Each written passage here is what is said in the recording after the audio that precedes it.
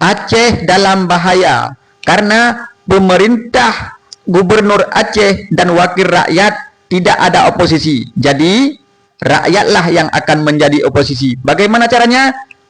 Nih, simak baik-baik video ini sampai habis dan jangan lupa subscribe teman-teman. Oke? Assalamualaikum warahmatullahi wabarakatuh. Alhamdulillah, alhamdulillahi rabbil alamin. Allahumma salli ala Muhammad. Kita bersyukur kepada Allah dan berselawat kepada Nabi Muhammad sallallahu alaihi wasallam. Teman-teman, di seluruh Nusantara, kita ketahui hari ini di Provinsi Aceh khususnya ada keistimewaan, ada dana otsus, ada partai lokal. Iya kan? Partai lokal di Aceh ada yang berkuasa di puncak nomor 1. Artinya Gubernur Aceh sekarang dalam partai yang sama. Tidak ada oposisi di Aceh. Jadi ketika negara demokrasi tidak ada oposisi, maka hati-hati, segala sesuatu bisa terjadi. Bukan begitu teman-teman? Harusnya ada oposisi, tapi mereka seperti bagaimana kita lihat kemarin, APBN langsung 1 hari rampung. Tidak ada protes-protes, dah jalan. Nah, kita harapkan ini baik. Kita harapkan ini baik untuk rakyat. Tapi yang terjadi 20 tahun sudah perdamaian Aceh, MOU ditandatangani, rakyat Aceh masih di bawah garis kemiskinan. Korupsi di Aceh luar biasa. Free proyek di Aceh luar biasa. Ini fakta, teman-teman. Ini realita. Ya kan? Jadi, kalian nonton video ini sampai selesai. Jangan sampai gagal paham. Ya kan? Ini tentang Aceh. Wilayah yang kaya raya, wilayah yang menyumbangkan pesawat terbang, modal cikal bakal Garuda Indonesia, yang menyumbangkan emas di Monas. Jadi ini bicara Aceh, teman-teman. Kenapa dalam bahaya? Dan di Aceh ada lembaga wali Nanggro yang tidak ada di Indonesia selain di Aceh. Dan lembaga wali Nanggro ini bukan juga oposisi. Bisa dibilang seperti kata mereka, nggak ada guna itu lembaga wali Nanggro, tidak bekerja, anggaran banyak. Itu terlepaslah di teman-teman kan. Mungkin mereka sudah berperang dulu, sudah bekerja keras, ya kan. Jadi ya wajar ketika mereka sekarang mendapat posisi yang layak. Jadi ini bukan bicara tentang masalah wali Nanggro atau partai lokal. Ini bicara tentang Aceh masih di demokrasi, tidak ada oposisi, bahaya. Di mana bahaya? Semua sepakat. Jadi bagaimana cara rakyat mewanti-wanti ini biar transparan? Jadi rakyat harus membentuk di era modern, di era digital. Sebagaimana kita lihat di Ibu Serli di Maluku Utara itu, gubernur perempuan, ada satu bentuk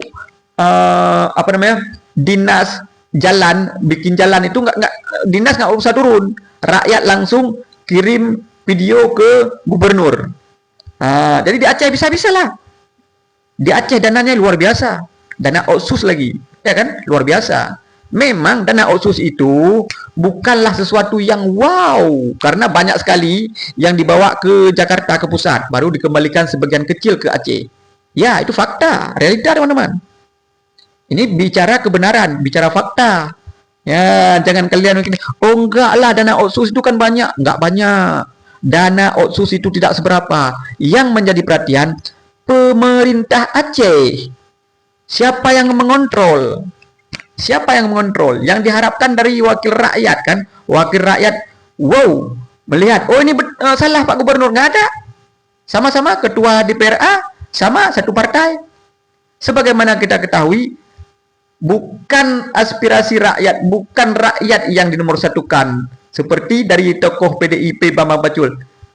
Bagaimana kata Korea, ini Korea tuannya di sana. Arti kata di sini, ya partai lokal yang berkuasa itulah. Mungkin orang Aceh paham. Kita tidak Tidak bilang, oh nggak bagus, bagus. Sangat bagus. Ketika wakil rakyat dan gubernur berjalan untuk rakyat. Tapi yang kita lihat ini tidak berjalan untuk rakyat. Banyak desas-desus di Aceh. Luar biasa. Rumah-rumah duafa masih banyak. Rumah-rumah tidak layak huni masih banyak di Aceh itu, teman-teman. Ya, ini fakta. Realita yang terjadi di Aceh. Di negeri yang kaya raya, rakyat masih miskin. Kemana hasil alam dibawa? Jadi butuh sekarang di Aceh ini apa? Rakyat bekerja, ya kan? Di mana ada rumah-rumah yang nggak layak huni, bikin konten, kirim.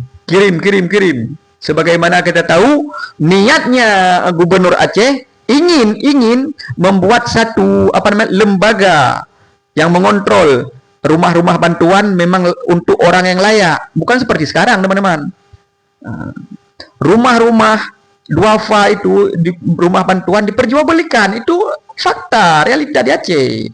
Kita nggak tutup-tutupi sekarang. Iya, coba tanya itu orang miskin yang selayaknya mendapat tidak mendapatkan.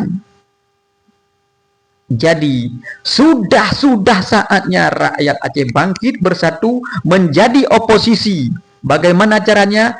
Ya, di zaman yang modern, HP kalian berguna. HP sangat berguna. Bikin perkumpulan. Dan ketika mereka wakil rakyat tidak menang, ya demo.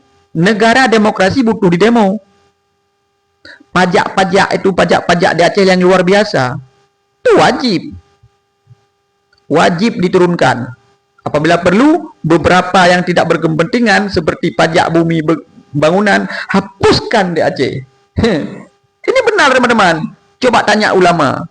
Itu sesuai nggak dengan syariat Islam? Nggak ada sesuai pajak itu. Ini bukan saya yang bicara ya, saya bicara ya. Ini saya dengar dari ulama-ulama. Dan ini kebenaran, teman-teman. Mana rakyat Aceh sekarang? Kemana mereka? Beroposisilah. Karena ini negara demokrasi, demonstrasilah. Oke, teman-teman. Ini kita lanjutkan di video selanjutnya, teman. Silahkan berkomentar yang bagus. Jadi kalau unjuk rasa dibolehkan, boleh. Negara demokrasi. Butuh di demo. Tapi tuntutannya harus jelas. Yang pertama tentang masalah pajak-pajak. Masalah rumah-rumah yang tidak layak. Lowongan pekerjaan. Transparansi pemerintah. Ini mana ada transparansi? Tutup-tutuplah. Wakil rakyat sendiri dia sudah bersama dengan pemerintah, gubernur. Dah, ya pak, udah. Habislah rakyat Aceh kalau nggak bangkit. Jadilah oposisi yang bijak. Bentuklah lembaga lain. Oke, teman-teman, saya akhiri. Wassalamualaikum warahmatullahi wabarakatuh.